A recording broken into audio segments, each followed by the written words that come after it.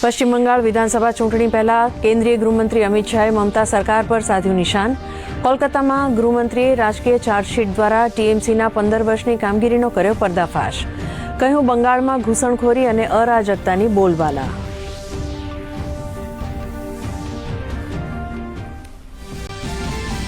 રાજ્યમાં જીવન જરૂરી ચીજવસ્તુઓની કોઈ તંગી ન હોવાનું જણાવતા નાયબ મુખ્યમંત્રી હર્ષ સંઘવી.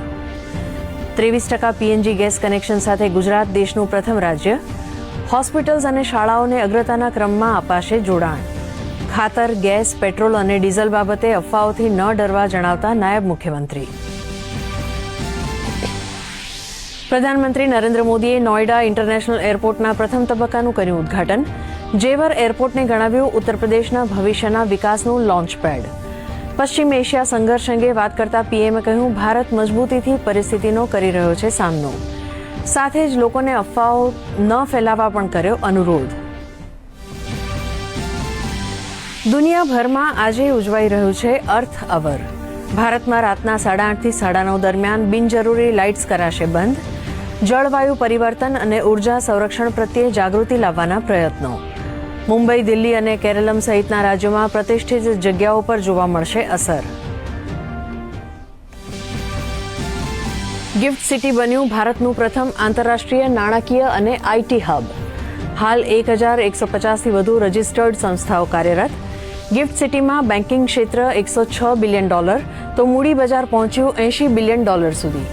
2030 સુધીમાં 1 લાખથી વધુ રોજગારીઓનું સર્જન થવાની સંભાવના. આજથી ઇન્ડિયન પ્રીમિયર લીગની 19મી સિઝનનો થશે રંગારંગ પ્રારંભ. બેંગલુરુના આંગણે આરસીબી અને એસઆરએચ વચ્ચે જામશે પ્રથમ હાઈ વોલ્ટેજ જંગ.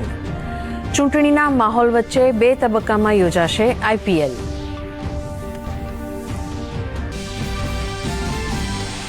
ભાવનગર ખાતે આવતીકાલથી ભાવનગર મુંબઈ વિમાની સેવાનો કેન્દ્રીય ઉડ્ડયન મંત્રી કે રામમોહન નાયડુના હસ્તે પ્રારંભ. કેન્દ્રીય મંત્રી ડોક્ટર માંડવિયા અને નીમુબેન બાંભણિયા રહેશે ઉપસ્થિત. 8 માસ બાદ ફરી વિમાની સેવા શરૂ થતાં લોકોમાં આનંદ.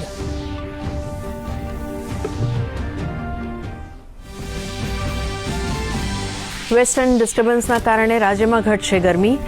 આવતીકાલથી જામશે માવઠાનો માહોલ. કચ્છ, સૌરાષ્ટ્ર, પોરબંદર, જામનગર અને મોરબીમાં વીજળીના કડાકા સાથે મધ્યમ વરસાદની આગાહી. અમદાવાદમાં રહેશે વાદળછાયું વાતાવરણ.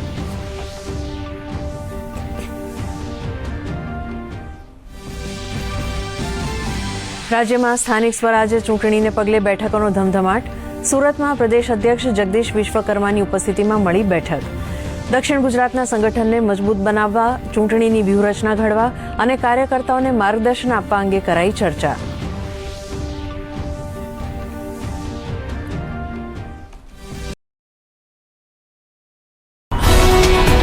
ગુજરાતભરના તાજા સમાચાર મેળવવા માટે અમારી ગુજરાત નેશનલ ટીવી ન્યૂઝને સબસ્ક્રાઇબ કરો, બેલ આઇકોન પર ક્લિક કરો.